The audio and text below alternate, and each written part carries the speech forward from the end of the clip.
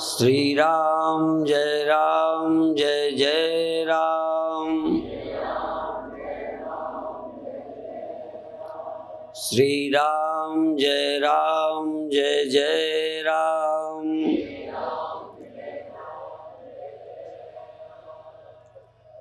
एक साधक ने पूछा है, भक्ति के संस्कार से आपको किस भगवान के दर्शन हुए थे और कैसे हुए, कृपया मार्गदर्शन दीजिए। विधि हमको कोई मालूम नहीं थी, हम तो ध्यान में बैठते थे, आज्ञा चक्र पर ध्यान लगाते थे, अर्थात जिसको आम लोग थर्ड आई, तीसरी आंख बोलते हैं। ध्यान लगाते थे, पहले कुछ चमत्कार शुरू हुए, फिर बहुत सारे परिवर्तन शरीर में हुए, जैसा कि अभी आप योग की क्लास के समय सुन रहे थे। शरीर का हल्का हो जाना, आनंद का नस नाड़ियों में संचार होना, जितना सुख किसी को कामी को अनुभव होता होगा उससे अधिक शांत और शरीर में, पूर्ण शरीर में आनंद होना। जैसे पीड़ा किसी दाढ़ में या पैर में या पेट में होती है तो ये भी जान जाते हो पीड़ा कहाँ है, ऐसे ही अधिकतर आनंद आपका केवल उपस्थ में होता है, लेकिन सारे शरीर में योगी का आनंद होता है, वो किसी एक अंग में नहीं होता, इसलिए उसको हम काम नहीं कहते। सारे शरीर में आनंद के संचार का अनुभव।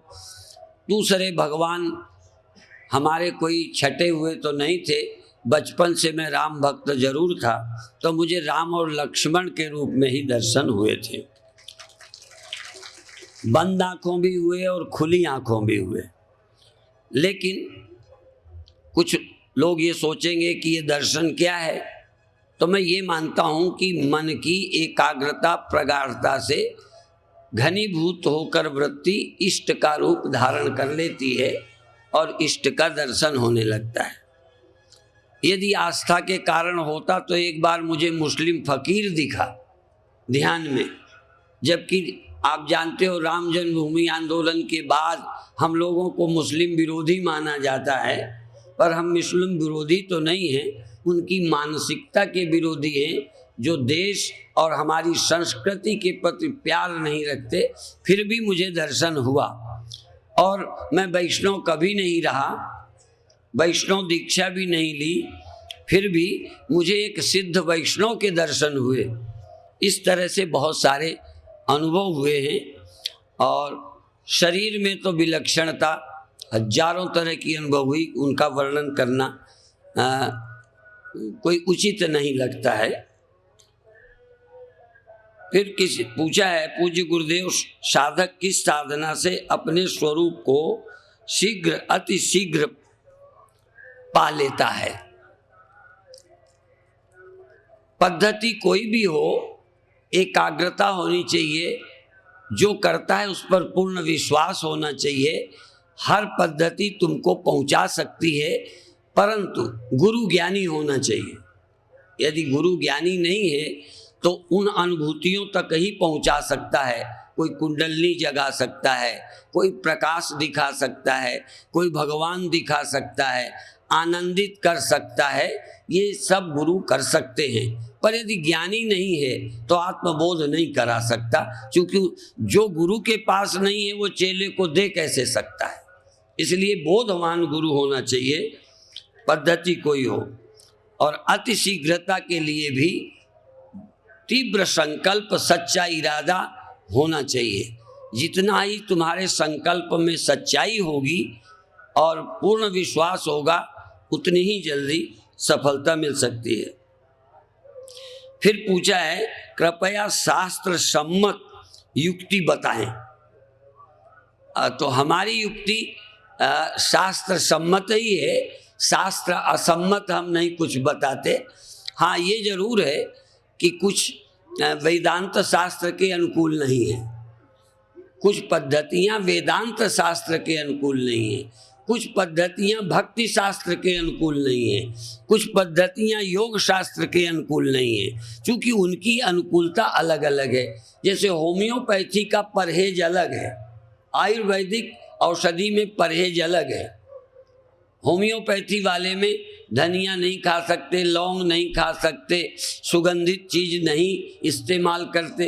अब बताओ, सुगंधित चीज से कोई अन्य चिकित्सा में कोई हानि नहीं, पर होम्योपैथी में सुगंधित चीज वर्जित है। इसी तरह एलोपैथी वाले खाने पर बड़ा जोर देते हैं परिवर्तन पर एलोपैथी वाले कहते हैं खाते रहो, कोई नहीं, दवा खाते रहो। तो कौन चीज शास्त्र सम्मत है, कौन शास्त्र असम्मत है, ये भी कहना कठिन है, क्योंकि यहाँ तो वाम मार्ग तक एक पद्धति है। वाम मार्ग, मेरे गुरुदेव उसका खंडन करते थे। इसी तरह तंत्र, तो कई चीजें किसी संस्कृति और मान्यता से ठीक नहीं है, कई मान्यताएं किसी शास्त्र और समाज की मान्यता से ठीक है। इसलिए सब पद्धतियां सबके लिए नहीं है। सद्गुरु की कृपा से पाता है या स्वयं के विवेक से। सतगुरु की कृपा के बिना तो विवेक भी नहीं होता। बिन सत्संग विवेक न होई, राम कृपा बिन सुलभ न सोई। यदि आपको विवेक हो तब भी कहीं ना कहीं सत्संग मिला होगा, और जब संत मिले होंगे आपको ख्याल आता ना हो, उसके पीछे ईश्वर की कृपा अवश्य है। ईश्वर की कृपा के बिना सत्संग नहीं मिलते, अच्छे लोग नहीं मिलते। जैसे तुम्हारा प्रारब्ध खोटा हो तो गलत पत्नी मिलेगी, गलत नौकर मिलेगा, गलत चेला मिलेगा, गलत दुकान करोगे, नुकसान उठाओगे, पर वो सहज समझ में नहीं आता। इसी तरह से अच्छे गुरु का मिलना, सत्संग का मिलना, इसके पीछे ईश्वर कृपा भी अवश्य है। हमको तो पता भी नहीं, जब हमने घर छोड़ा था कोई अकल नहीं थी, कोई हम गुरु को छांटना भी नहीं जानते थे कि कौन से मार्ग को पकड़ेंगे, लेकिन अच्छे लगे। अच्छे लगना भी ईश्वर की कृपा है कि हमको अच्छे गुरु अच्छे लगे, नहीं गंजेड़ी अच्छे लग जाते, उनके पीछे लग जाते। तो भगवान की कृपा होती है तो ही अच्छे संत सद्गुरु मिलते हैं, और तुम्हारी अंदर से भगवान की कृपा होती है तो अच्छा मार्ग चुनते हो। तो बिना भगवान की कृपा के मानव तन नहीं मिला, केवल पुण्यों से नहीं मिला। निश्चित आपके पुण्य थे, लेकिन पुण्यों के साथ भगवत कृपा थी तो मनुष्य का शरीर मिला। पुण्यों के बल से तो आपको अच्छे एरिया का गधा बना देते, तो जो सुख तुमको मनुष्य बन के नहीं मिला वो सुख गधा बन के मिल जाता। कई जाति के कुत्ते होते तो जो तुम्हारी बेटों ने सेवा नहीं की, वो तुम्हारा मालिक तुम्हारी सेवा करता, तुम्हारी चिंता करता।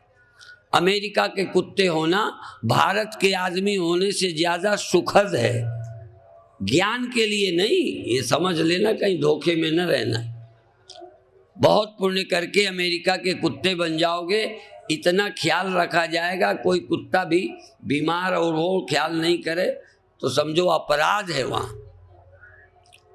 तो पुण्यों का फल तो कुत्ता होके मिल जाएगा, घोड़ा होके मिल जाएगा, गधा होके भी मिल जाएगा। पुण्यों का फल तो जहाँ जाओगे भगवान के पाप को भी तुम्हारे पुण्यों का फल देना ही पड़ेगा, वो नहीं रोक सकते।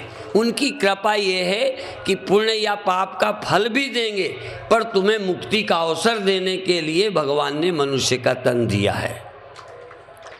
पुण्यों से पुण्य का फल न देंगे, या तुम्हें मनुष्य बना दिया तो पाप का फल न देंगे, ऐसा नहीं है। पाप का फल देंगे, इसलिए वो न्यायकारी हैं। न्यायकारी इसलिए हैं कि तुमको माफ नहीं करेंगे, पर मनुष्य बना दिया है कि तुम चाहो तो मुक्ति का उपाय भी कर लो और पुराने कर्मों का फल भी भोग लो। इसीलिए बड़े बड़े ज्ञानियों का भी प्रारब्ध, स्वामी राम को तकलीफ हुई, रामकृष्ण परमहंस को कैंसर हुआ, स्वामी अखंडानंद ब्रह्मलीन वृंदावन वालों को भी कैंसर हुआ, और कई संतों को कई पैर काटने पड़े, कई कष्ट से शरीर को गंगा में डुबोया, ऐसे ऐसे संत हुए। इसका मतलब प्रारब्ध से माफ भगवान ने संतों को भी नहीं किया, लेकिन उन्हें मुक्ति के लिए दिया कि कष्ट तो भोग लो, लेकिन अगले जन्म से छुटकारा पा सकते हो ज्ञान के द्वारा। इसलिए भगवान ने कृपा की है, तब आप मनुष्य बने हो। भगवान ने कृपा की है तो कोई अच्छे संत मिले हैं, और भगवान की कृपा से मनुष्यत्वम अमुमुक्षुत्वम, और तर जाने की यदि अंदर इच्छा हुई है तो ये भी समझो भगवान तुम्हारे हृदय में बैठकर उर प्रेरक रघुवंश विभूषण तुम्हारे हृदयस्थ परमात्मा ने तुम्हें चाहा तो तुमने मोक्ष का वर्ण किया है। मैं मुक्त हो जाऊं ये इच्छा की है, नहीं इतने काम संसार में हैं कि मुक्ति का टाइम बचता ही नहीं है।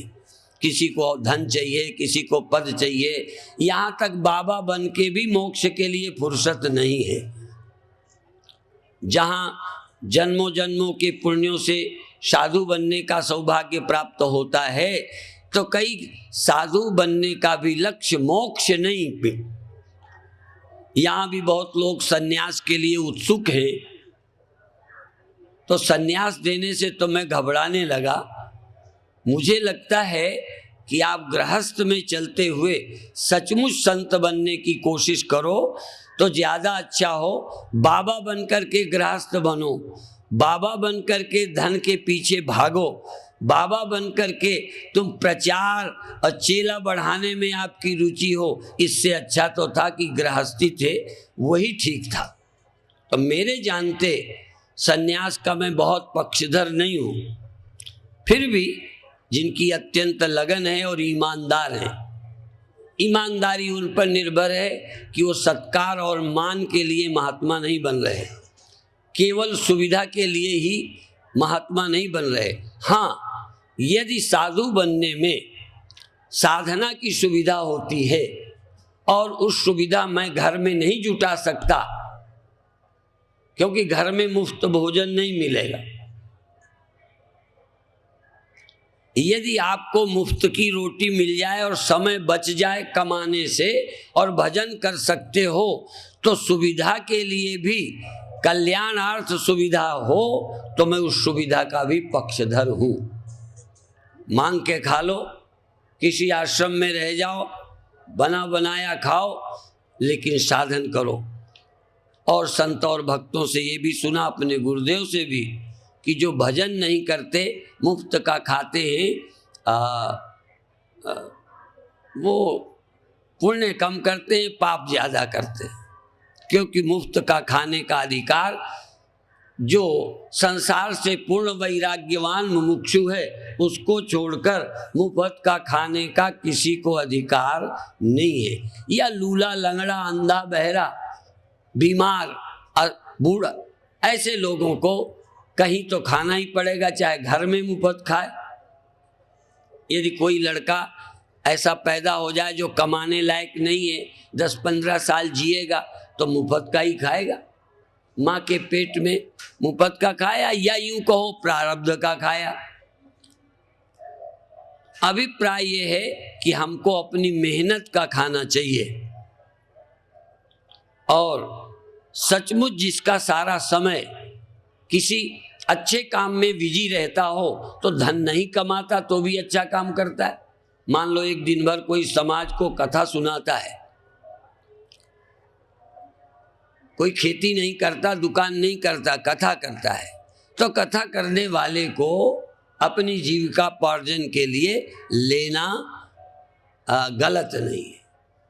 आप ऐसे ही किसी को पढ़ाते हैं, टीचर हैं, सरकारी नौकर नहीं है, तो कुछ न कुछ बच्चों से ले लिया और अपना पेट पाला, क्योंकि पेट तो भरना ही होगा। पर हम पेट भरने के लिए थोड़ा लगे हैं, गृहस्थी वो है जो पेटी भरने में लगा है। गृहस्थ पेटी भरने की कोशिश करता है, साधु सिर्फ पेट भरने के लिए खाता है, बाकी उसकी कोई अभिलाषा लालसा नहीं है। पेटी नहीं भरना चाहता, आश्रम का शौक नहीं है, कल्याण के लिए निकला है, तो यदि उसके पास आ भी जाएगा तो दूसरे के काम में लग जाएगा। इस तरह से किसी ने ये भी पूछ लिया है उसी में कि कंठी माला से या कोई और युक्ति हो तो बताएं कल्याण की। सभी युक्तियां हैं, कंठी माला का भी खंडन नहीं है। बधाई के पात्र हैं जो लोग कंठी माला लेके भी भजन करते हैं। मैं एक बार ट्रेन में था, एक व्यक्ति मेरा परिचित नहीं था, मैं 3 टायर में लेटा था, थोड़ी सी जगह होती है चढ़ने की जगह सामान की, वहाँ खाली था। एक आदमी को मैंने देखा आंख बंद किए बैठा और माला जप रहा था। इतना एकाग्रता से माला जप रहा था कि शरीर में कोई चेष्टा नहीं। और ये काम थोड़ी देर नहीं, मैंने 1.5 घंटे चुपचाप देखा, मुझे नींद नहीं आई, मैं देखता रहा। वो भजन करते रहे, माला फेरते रहे। थोड़ी देर के बाद माला रुकी, तब मुझे लगा ये नींद आने वाली है।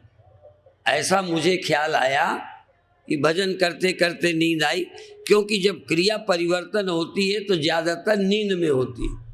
सिर झटका मारता है, तो सर तो अभी झटका नहीं लगा, माला बंद हुई, पर थोड़ी देर बाद मेरे को समझ आ गई कि नींद नहीं है।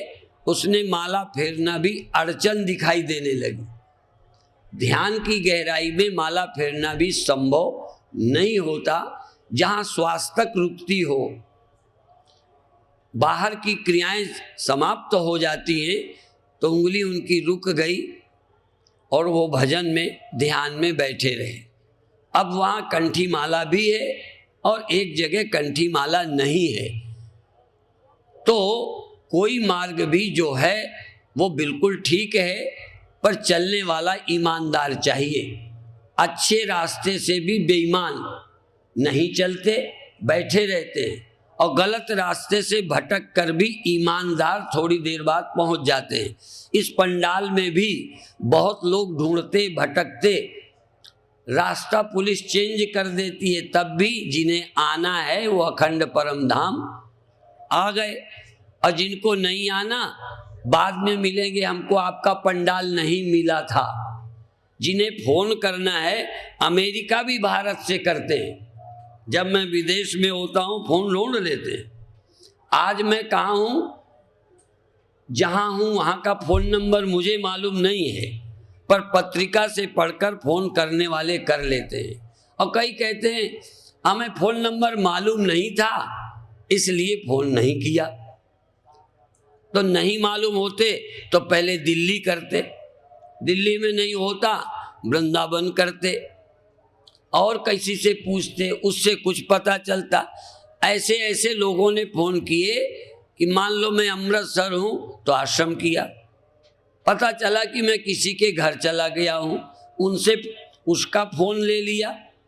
जब तक वहाँ फ़ोन किया वहाँ से चला गया था, और फ़ोन वहाँ पहुँच गया जहाँ मैं किसी के घर था।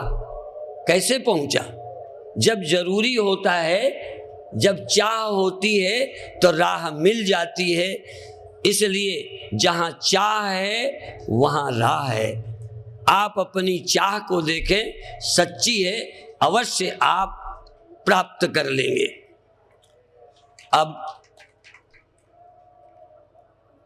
कल एक प्रश्न जो भागवत के समय आया था, मैंने कहा था इस पर फिर विचार करूंगा।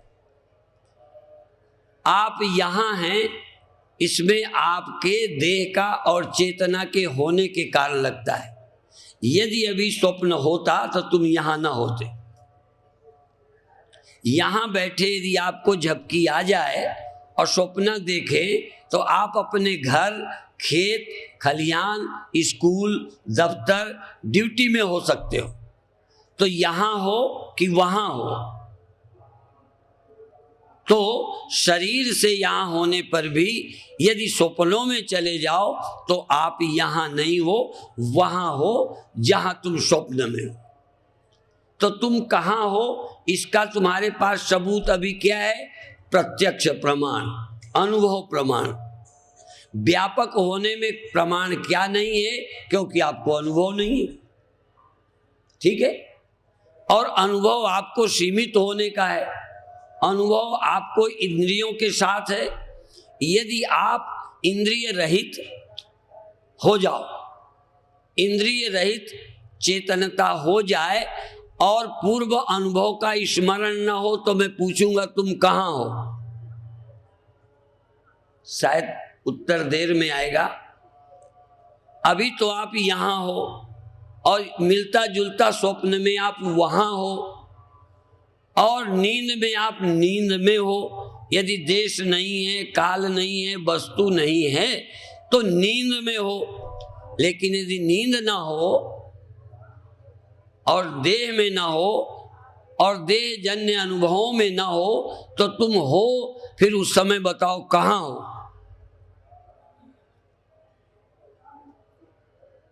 शायद ये तुम्हें सोचने का मौका नहीं मिलता।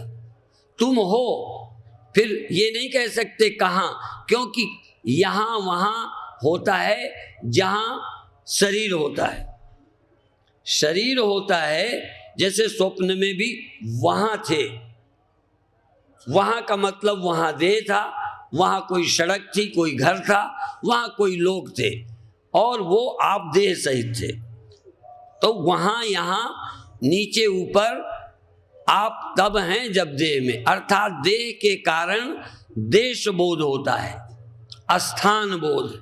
देश माने भारत नहीं, देश माने अमेरिका नहीं। एक जगह ट्रांसलेशन में मैंने कहा देश काल वस्तु परिच्छेद से रहित, तो देश का अर्थ समझ, जैसे भारत देश राष्ट्र ऐसे करने लगे। ट्रांसलेशन में बड़ा खतरा है। देश का मतलब स्थान। आप यहां हैं, ये देश, यह देश, वह देश, नीचे के ऊपर के लोग, ऐसे। तो इस समय आप यहां हैं, क्यों? आप देह में हैं, और इस देह में आप सदा नहीं रहते। स्वप्न में आप इस देह में नहीं थे, आप अपने स्वप्न देह में थे, स्वप्न जगत में थे। तब इस अवंतिका में नहीं थे, इस प्रांत में नहीं थे, आप अपने ही किसी प्रांत में थे। और हो सकता है कार में बैठे ऊँघ जाओ और हवाई जहाज में जा रहे हो। तो कार में शरीर है, आपका मन स्वप्न में है, स्वप्न में हवाई जहाज में है। और खुदा न खास्ता हवाई जहाज गिर जाए, हाँ, एक्सीडेंट हो जाए, जहाज गिर जाए और मर जाओ, तो आप वहां मर गए देखोगे। तो जहां देखते हो वहां तुम हो, जो आप समझते हो वहां हो, ये तुम्हारा अनुभव है। पर मैं कहता हूं कि स्वप्न में तुम अनुभव करते थे, सचमुच तुम वहां भी नहीं थे, वो झूठ है। तो अभी जो अनुभव करते हो यहाँ मैं हूँ, इतना मैं हूँ, ये भी झूठ है। और जो हो, जहाँ हो, जैसे हो, यदि ये अनुभव झूठ है, तो सच ये है कि तुम ही अकेले हो, तुम ही सर्वत्र हो। यह सर्वत्र कुछ नहीं है, सर्वत्र भ्रम है, देश भ्रम है, काल भ्रम है, रूप भ्रम है। तुम रूप रहित हो, देश रहित हो, काल रहित हो, देश काल वस्तु परिच्छेद से रहित हो। यही तुम्हारे व्यापक होने का तरीका है। परिच्छिन्नता का भ्रम तोड़ दो, अपरिच्छिन्न होने की कोशिश न करो। यदि परिच्छिन्नता भ्रम है तो सत्य क्या है फिर? यदि रूप भ्रम है तो अरूप क्या है? यदि स्वप्न भ्रम है तो तुम कौन हो? तो ये सीमितता का भ्रम तोड़ना है, व्यापकता की चेष्टा मत करो। तुम सीमित हो, ये दिमाग से हटाओ। देह जन्य अनुभव यदि आपकी चेतना में नहीं है, देश जन्य अनुभव, काल जन्य अनुभव, इंद्रिय जन्य अनुभव, तीन अनुभव हैं। काल जन्य अनुभव है कि पहले बच्चे थे फिर जवान हुए, ये काल जन्य अनुभव है। पहले सोए थे फिर जागे, काल जन्य अनुभव है। और वस्तु क्या? इंद्रिय जन्य अनुभव, काला गोरा, कठोर कोमल, बड़ा छोटा, ये इंद्रिय जन्य अनुभव है। इंद्रिय जन्य अनुभव, कालजन्य अनुभव, मानसिक अनुभव। कालजन्य माने मानसिक अनुभव। काल बोध मन से, वस्तु बोध इंद्रियों से, देश बोध देह के कारण होता है।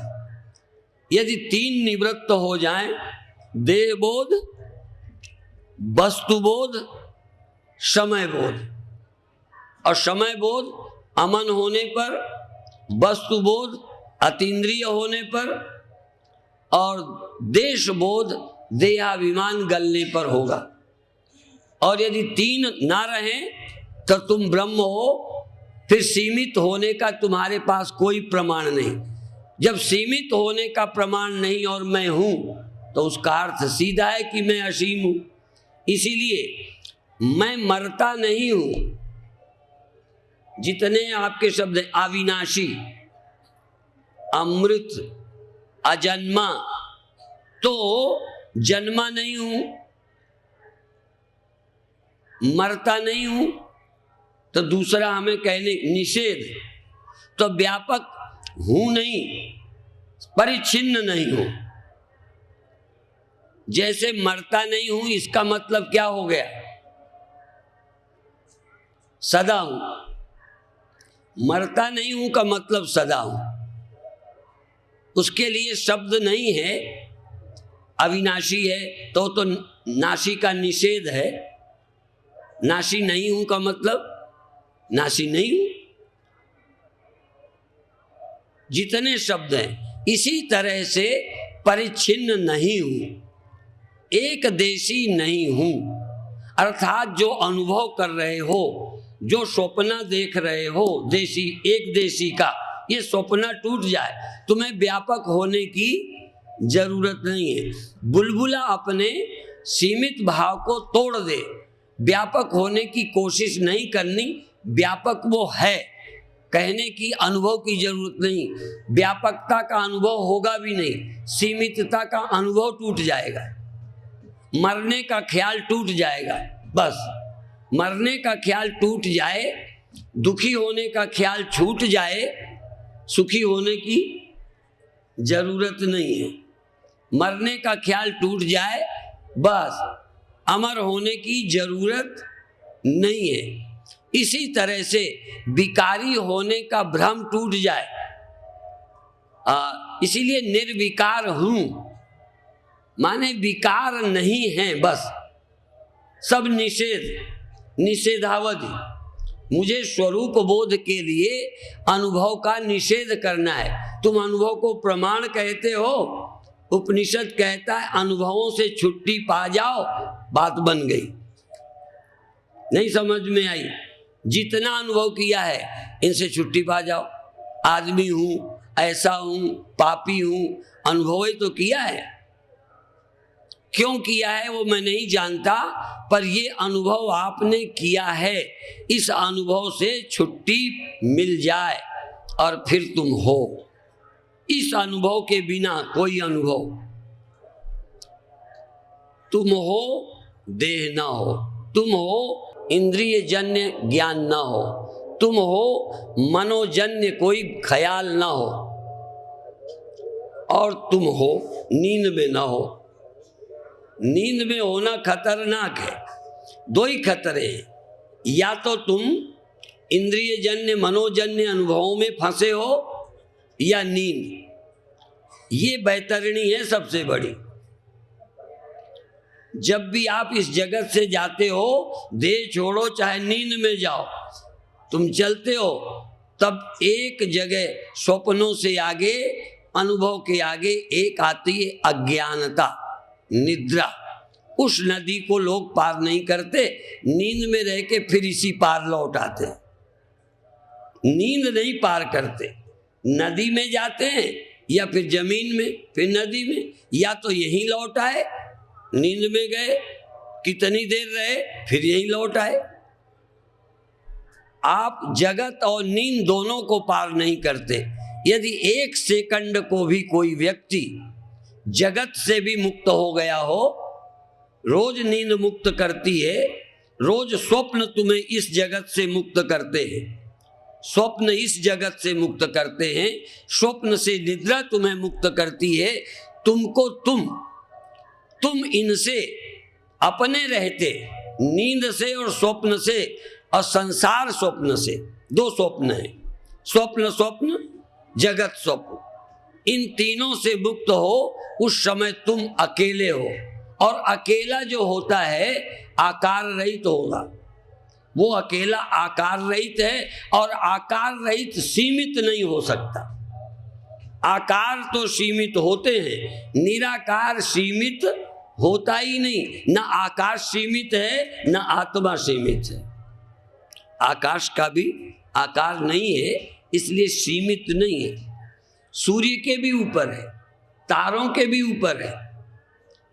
ऐसा लगता है तारे ऊपर है, तारे जहां हैं उसके ऊपर तो खाली नहीं है ना।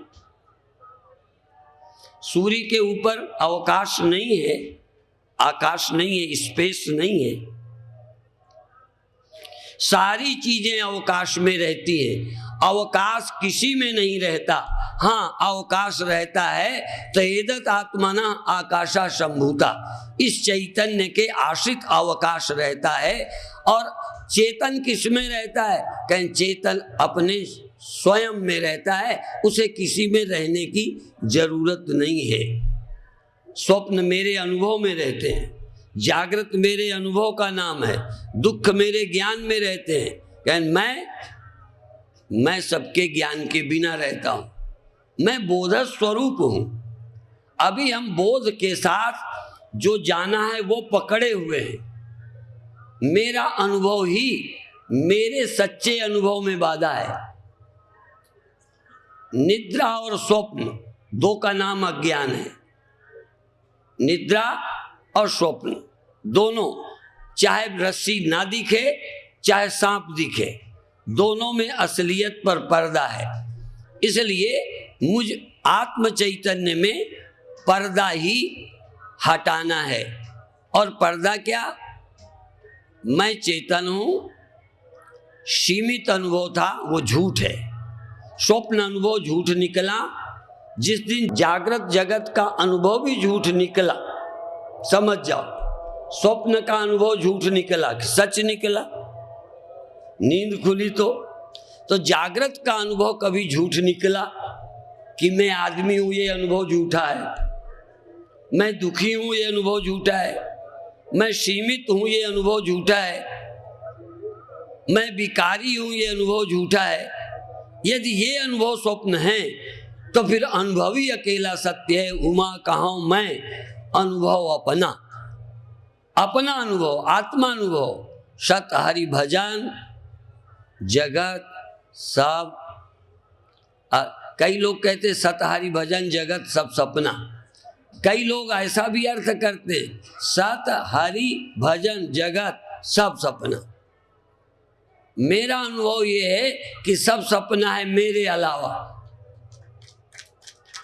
मुझ अस्तित्व मया तिरिक्तम यद यद वा तत्तद मिथ्येति निश्चिनु। मया तिरिक्तम यद यद वा, जो मैं कल्पना करता हूं।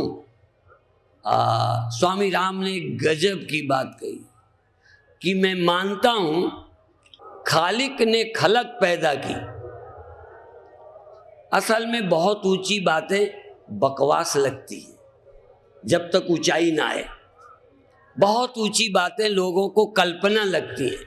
स्वामी राम कहते हैं मैंने माना कि खालिक ने खलक पैदा की, पर मैं वो खालिक हूं कि जिसके कुन से खुदा पैदा हुआ। आप अभी नहीं जानते चूंकि आदमी हो, अभी नहीं जानते चूंकि खुद एक मन हो, मनोराज्य में जीते हो। मनोराज्य के पार होते कहा जा सकता है कि मैं वो खालिक हूं कि जिसके कुन से खुदा पैदा हुआ। और बता दूं तुलसीदास किस बल पर कहते हैं उपजे जासु वंश ते नाना शंभु बिरंच विष्णु भगवाना। क्या है आधार उनके पास कि मैं उस राम को मानता हूं जिससे ब्रह्मा विष्णु पैदा होते हैं। तो स्वामी राम कहते हैं मैं उस आत्मा का अनुभवी हूं, उस आत्मा की बात कहता हूं जिसका संकल्प ही ईश्वर है। तुम्हारा संकल्प ही तो ईश्वर है। जैसे स्वप्न में तुम्हारा संकल्प तुम्हारी पत्नी थी, तुम्हारा संकल्प तुम्हारा बेटा था, यहां तक तुम्हारी मृत्यु भी तुम्हारा संकल्प थी। तुम्हारे संकल्प के सिवा वहां कुछ न था। सच्चे तुम थे और तुम सच्चे थे, इसलिए तेरा संकल्प सच्चा हो गया। तूने खुदा माना, खुदा हो गया। तेरे संकल्प से खुदा खुदा लगने लगा। तू स्वप्नों का भी तो रचयिता, न जगता तो मानता ये सूर्य चांद मेरे बनाए हैं। स्वप्न में जब तूने सूर्य चांद देखे थे, दुनिया देखी थी, अवंतिका का कुंभ देखा, स्वप्न में तुझे लगता था मेरा बनाया है। जागे तो समझ आया। जो जगत तुम्हें खुदा का बनाया लगता है ना, जो जगत तुम्हें खुदा का बनाया लगता है, उपनिषद कहते हैं तेरे अज्ञान से पैदा हुआ है। तू अपने को भूला तो जगत पैदा हो गए। तुम्हें लगता है कि स्वप्न बनाने को ज्यादा अकल चाहिए। स्वप्न तो मूर्ख के बन जाते।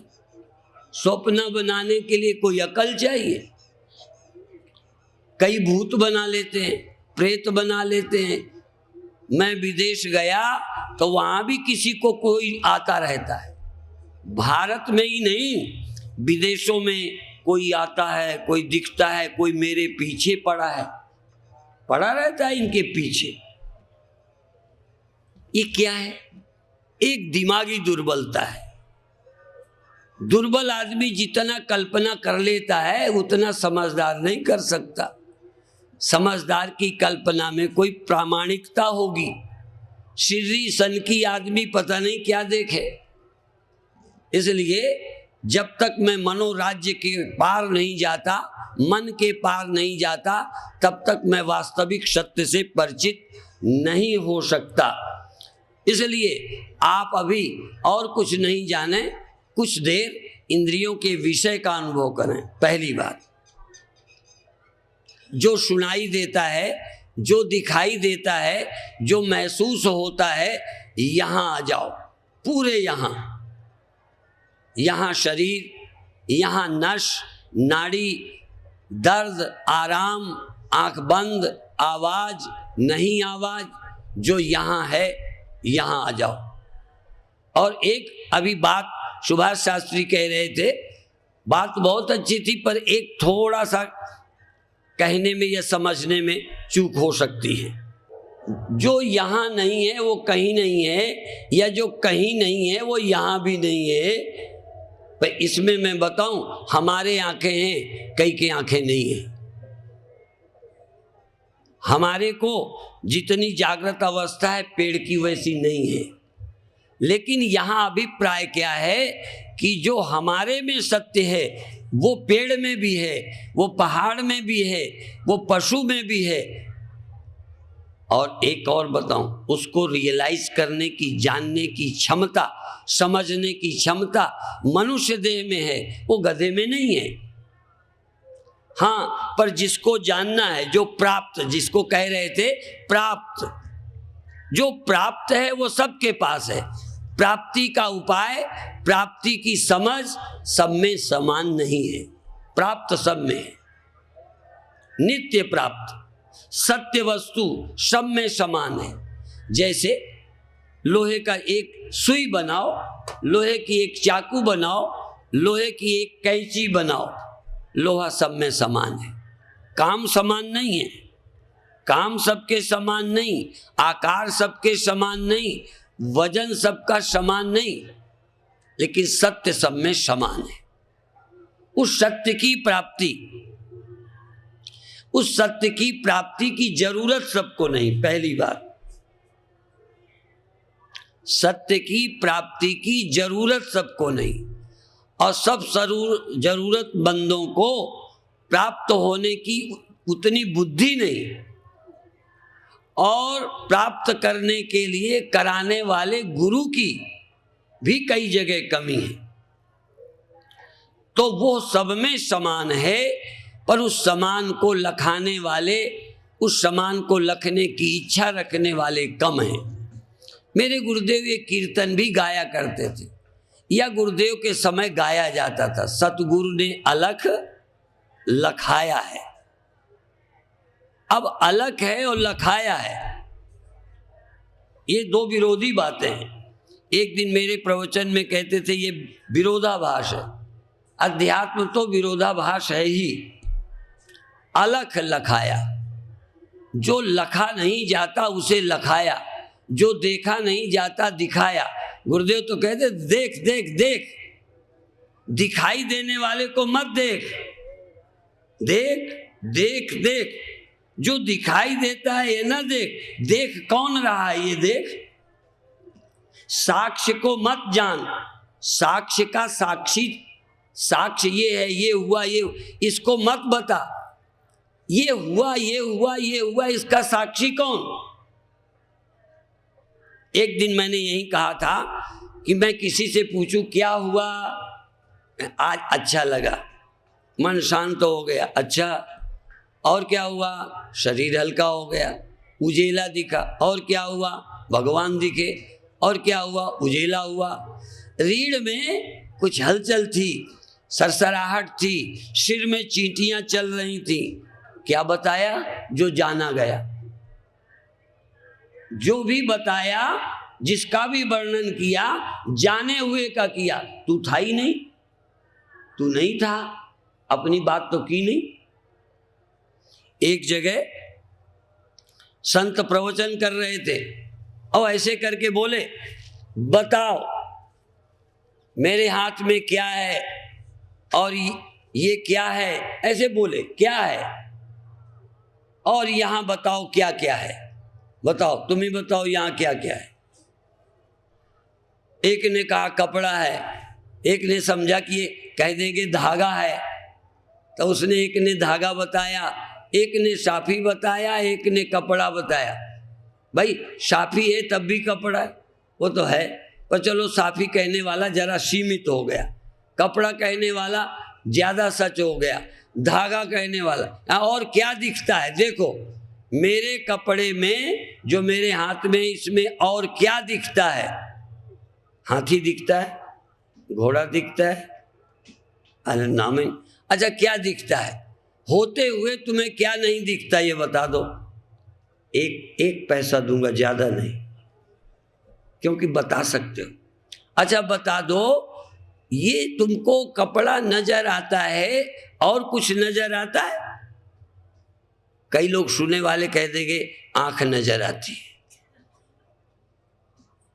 इस कपड़ा के देखते समय आंख नहीं, मैं आंख नहीं पूछता, और बताओ क्या है। एक चलो इनाम नहीं देना पड़ेगा, मैं ही बता देता हूं, उजेला है कि नहीं, बोलो, प्रकाश है कि नहीं, झूठ नहीं बोलना। यदि प्रकाश नहीं है तो इतने में से किसी को ये कपड़ा नजर आता। तो जिस प्रकाश के कारण कपड़ा नजर आता नहीं देखा जा सकता, उस प्रकाश का नाम किसी ने नहीं लिया, है कि नहीं, बोलो, है कि नहीं। तो है सो नजर ना आवे, अलो ये हट गया, अब बताओ यहां है, नहीं, तो अब नहीं कैसे देखा। मान लो अंधेरा होता, मैं पूछता अब क्या है, तो नहीं भी कैसे देखते, नहीं भी तब देखा, अब कपड़ा नहीं है जबकि प्रकाश है। बिना प्रकाश के किसी वस्तु का अभाव भी नहीं देख सकते। अभाव देखने को भी प्रकाश चाहिए, तो स्वप्न देखने को भी चेतन, स्वप्न न रहने को भी चेतन, और कुछ होने को भी, कुछ ख्यालों को भी, सबके होने का प्रमाण चेतन है। और तुम ध्यान में कभी नहीं कहते कि आज मैं चेतन रहा, आज मैं साक्षी रहा, आज मैं आत्मा रहा, मैं कुछ बना नहीं, सब जानता रहा पर किसी से प्रभावित नहीं हुआ, मैं केवल प्रकाश था, मैं स्वयं ज्योति था। मैं ज्योति क्यों, ये प्रकाश और ये कपड़ा, ये प्रकाशित है, कपड़ा प्रकाशित है, प्रकाश भी, बोलो, प्रकाश भी प्रकाशित है, नहीं प्रकाशित। इसलिए प्रकाश भी किसी से प्रकाशित है, इसलिए प्रकाश ये स्वयं प्रकाश नहीं है, पर प्रकाश है, पर प्रकाश है, पर प्रकाश है, स्वयं प्रकाश। यदि परमात्मा भी मुझसे प्रकाशित है तो वो स्वयं प्रकाश नहीं है। स्वयं प्रकाश मेरे सिवा, स्वयं प्रकाश न सोवत जागत, स्वयं प्रकाश न सोवत जागत, ना कहूं गया न आया, स्वयं प्रकाश न जागत, वो नहीं जगता। जगने का, क्योंकि जगना प्रकाश है, पर जगना किससे प्रकाशित है? मुझसे, साक्षी से। इसलिए स्वयं प्रकाश न सोवत, स्वयं प्रकाश न सोवत, स्वयं प्रकाश न जागत, न जागत, स्वयं प्रकाश न सोवत जागत, ना कहूं गया। जगना आया कि नहीं आया, सोना आया कि नहीं, गया कि नहीं, ये तो आते जाते हैं। स्वयं प्रकाश न सोवत जागत, ना कहूं गया न आया, नहीं उत्पत्ति प्रलय नहीं सृष्टि, ईश्वर जीव न माया, अब मैं आप में आप समाया।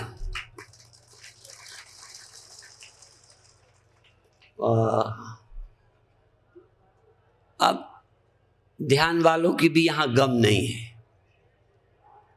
ध्यान वाले तो उजेले तक, अंधेरे तक, कुंडलनी तक, आनंद तक, अनुभव में आने वाले तक सीमित है, क्योंकि उनकी नजर ऑब्जेक्टिव है।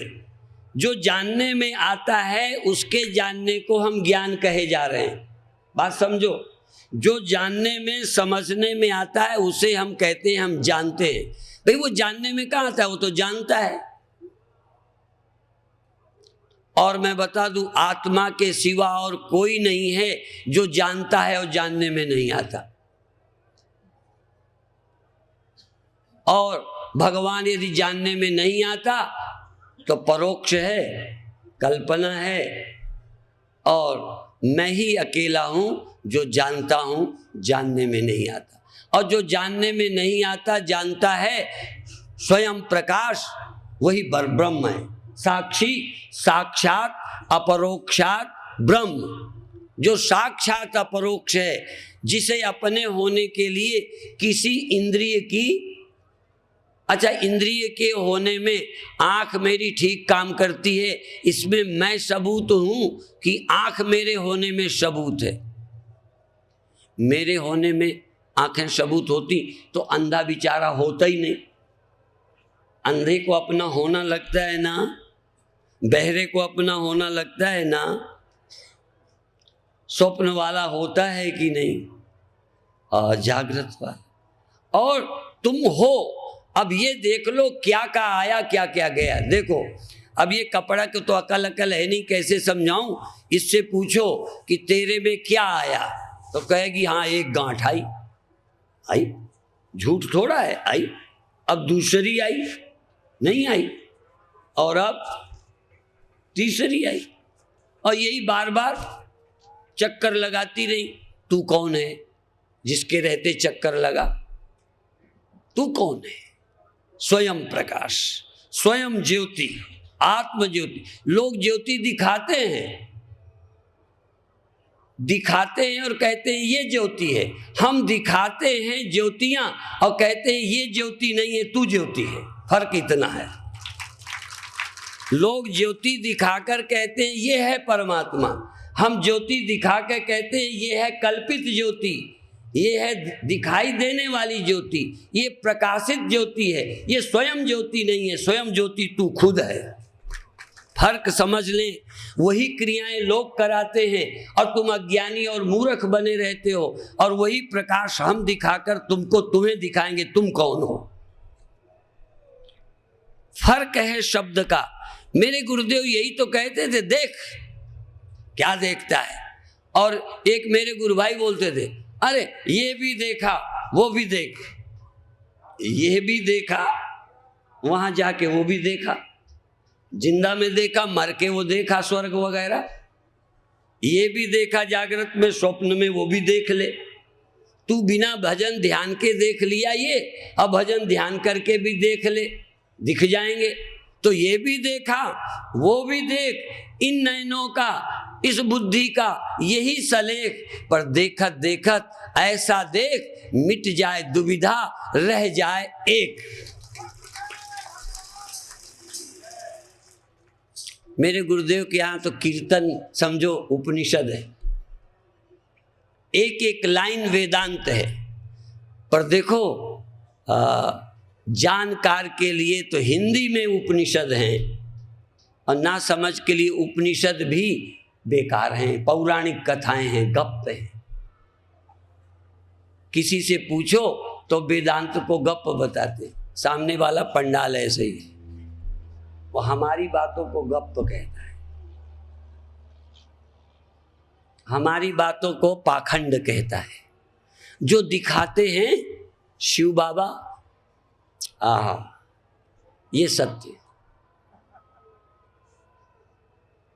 आत्मा की सत्यता के अलावा किसी की सत्यता है ही नहीं, और यदि है तो कोई नंबर 2 का है सत्य, कोई नंबर 3 का है सत्य, कोई नंबर 4 का है सत्य।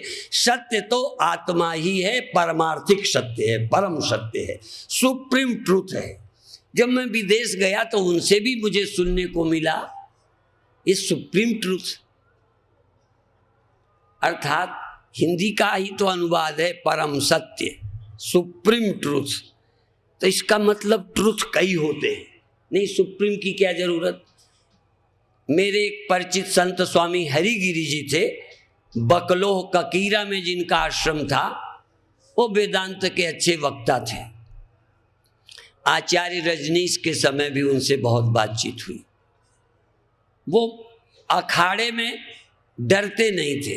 एक बार जैन मुनि जम्मू में थे, उन्होंने कर्म से मोक्ष कहा, तो स्वामी हरिगिरी जी ने कहा कि बाद में बोलो, पहले हम निपट लें कि कर्म से मोक्ष होता है कि नहीं, फिर इसके बाद जनता को बताएं, बीच में जल्दी क्यों करें। तो इस तरह से हरिगिरी जी महाराज उस सत्य का निरूपण करते, वेदांत की बात बताते, और वो ये कहते कि देखो स्वतः प्रमाण, परतः प्रमाण, ये जो आप करते हो, तुम्हारे लिए तुम्हारी बुद्धि प्रमाण, तुम्हारे लिए तुम्हारी इंद्रियां प्रमाण। और देखो प्रमाण के लिए और एक बात कहता हूं, एक बाल्टी में ताजा पानी रखो, एक में बर्फ वाला रखो, एक में उबला पानी रखो, ठीक। बायां हाथ तुम ठंडे पानी में डालो, दायां हाथ गर्म पानी में डालो, फिर ताजे पानी में डालो। तो जो बर्फ में डाला हुआ हाथ है, वो जब ताजे में डालोगे आपको कोसा लगेगा, गरम लगेगा, और गरम वाले हाथ को जब आप ठंडे में डालोगे ताजे में, तो कैसा लगेगा। अब देखो, इस हाथ से तुम्हें ठंडा लगता है, इस हाथ से तुम्हें गर्म लगता है, कौन हाथ सच्चा है। परिस्थितियों से प्रभावित तुम्हारे अनुभव हैं, तुम सापेक्ष नॉलेज वाले हो। एक दुखी आदमी को रुपया अच्छा लगता है, ये मरने वाले की छाती में कितने रुपए धर के जलावें तो उसको बड़ा लाभ मिल जाए। जो गरीब आदमी है उसे रुपए में सार लगता है, यदि करोड़पति भी अभी रुपए में ही सार देखता है तो इससे ज्यादा मूर्ख और कौन होगा। अनमैरिड आदमी बेचारे को स्त्री में या लड़की को लड़कों में सुख दिखाई देता है, ये परिस्थिति जन्य अनुभव है। जब सिर डोलने लग जाएगा तब हम कहेंगे एक ब्याह कर लो। और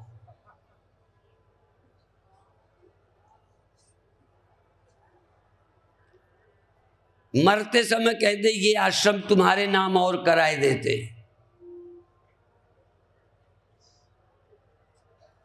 आप जहां खड़े हैं वहां तुम्हारी समझ है। और तो छोड़ो, मरने के बाद भी यदि ये आपकी आंखें काम आती हों तो कई लोगों की हिम्मत नहीं है कि वो दान कर दें कि मेरे मरने के बाद आंखें ले लेना। जैसे जीते में अजीब लगता है ना, तो मरने का ख्याल करके कैसा लगेगा जब मेरी आंखें निकाले। अरे कुछ नहीं लगेगा, बेवकूफ आदमी। हम अभी के अनुभवों से अभिभूत हैं। इसी तरह मैं और कहा करता हूं, लोग कहते तुम चिमगादड़ बनोगे, चिमगादड़ बन करके पेड़ में लटकोगे। हमने कहा चिमगादड़ बन के लटकने में क्या, चोर बदमाश बन के लटकाए जाएं तो बुरा है। आदमी को यदि लटका दिया जाए तो तकलीफ है।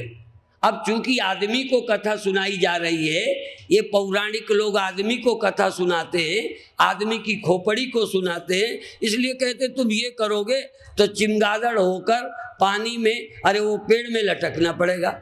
हमने कहा उनको कोई तकलीफ है क्या, लटकना पड़ेगा, आनंद से लटकेंगे।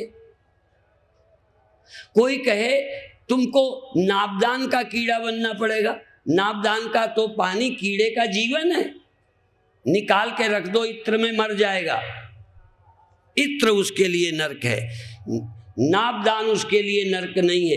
वो तो तुमको सुनाता हूं इसलिए तुम सिर हिला, हाँ हाँ नाबदान का कीड़ा बनेगा। क्या हो जाएगा नाबदान का कीड़ा बनेगा तो मुझे बता दो। नाबदान के कीड़े को कोई तकलीफ है? कहो तुमको पानी में फेंक दिया जाएगा, पानी में फेंक दिया जाएगा तो तुमको मछली बनना पड़ेगा तो हमारा घर होगा, जैसे इस घर में रहते हैं वहां रहेंगे। ये तकलीफ की कल्पना एक दूसरे के मनों से सोची गई है। असल में जो जहां रहता है वहां स्वर्ग ही है।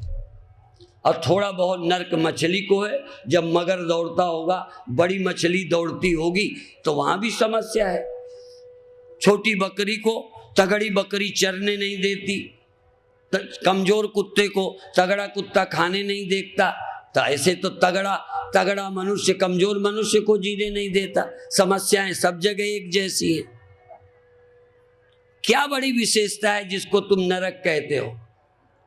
और जो नरक है, जानवर बीमार हो, एक्सीडेंट हो जाए, कलत के 4-6 दिन जीता है, तुमको एक्सीडेंट हो जाए, जीते हो, ये तकलीफ सब योनियों में। कोई योनि तकलीफ रहित नहीं है। देवताओं को भी तकलीफ है। जब इंद्र को श्राप दे दिया गया, इंद्र को जब श्राप हो सकता है तो फिर क्या वहां स्वर्ग में रखा है जहां श्राप लग सकता है? और वहां पर भी एक इंद्र होगा। तुम इंद्र के नीचे के देवता होगे कि इंद्र होगे? प्रधानमंत्री के नीचे जो हैं वो चाहते हैं कब प्रधानमंत्री जाए हमारा नंबर आ जाए। उम्मीदवार ब्रह्मा सोच रहे होंगे ये ब्रह्मा रिटायर हो जाए तो मेरी बारी आ जाए। आश्रम के चेले चाहते होंगे कब बड़े गुरुजी जाएं तो अगले इलेक्शन में हमारा नंबर आ जाए। जो जहां खड़ा है दुखी है। तुम मनुष्य होकर कोई सुखी हो जाओगे? हाँ, मनुष्य होकर तुम जगत से ऊपर जगदीश को समझकर सुखी हो सकते हो। बाकी तुम शरीर हो जाओ, मनुष्य हो जाओ। मैं तो कहता हूं गधे से ज्यादा दुखी है मनुष्य, सुअर से ज्यादा दुखी है मनुष्य, जीव जंतुओं से ज्यादा दुखी है मनुष्य। और जानवरों को कष्ट होता है, दुख कम। मनुष्य जितना दुखी दुनिया में कोई होता ही नहीं, केवल मनुष्य ही है संसार में जो दुखी होता है। और इसीलिए ये सुख की खोज करता है, आत्मा का अनुसंधान करता है। और जो नहीं करता समझो अभी जानवर ही है। कोई जरूरी नहीं कि आदमी अभी आदमी हो। बहुत मनुष्य अभी जानवर हैं, खा लेते हैं, सो जाते हैं, बच्चे पैदा हो जाते हैं। ये सहज काम जानवर में भी होता है। ये कोई बहुत ऊंची बात नहीं, प्रकृति करा लेती है। तुम्हारा पुरुषार्थ कुछ नहीं है, तुम्हारा पुरुषार्थ है आत्मा का विज्ञान। अब थोड़ी देर चलें, ध्यान करें, फिर इसके बाद छुट्टी। और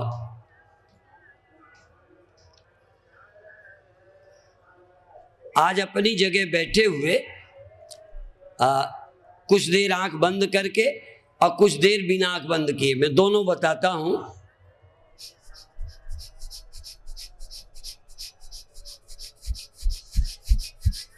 श्वास लेते हुए, पर मैंने इसलिए इससे नहीं ली कि तुम तेज नहीं लेना, ऐसे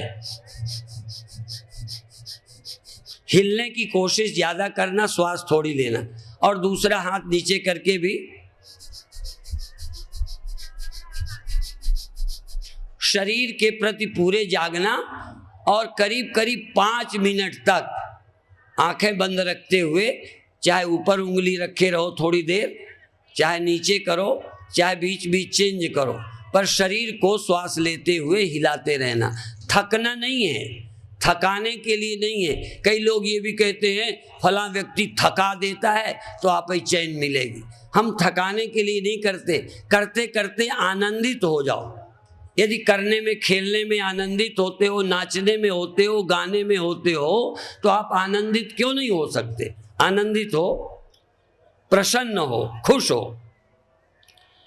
तुम्हारी नस नस में आनंद का विस्फोट हो जाए।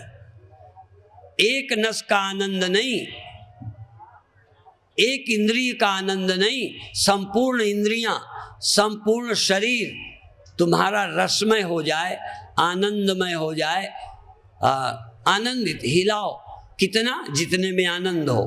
कितना तेज? जितने में आनंद हो। कितना धीमा? जितने में आनंद हो। और आनंद की अनुभूति अलग अलग होगी। किसी को ज्यादा में आनंद आएगा, किसी को धीमे में आएगा, किसी को और धीमे में आएगा, और कई आलसियों को तो बिल्कुल सो जाने में आएगा।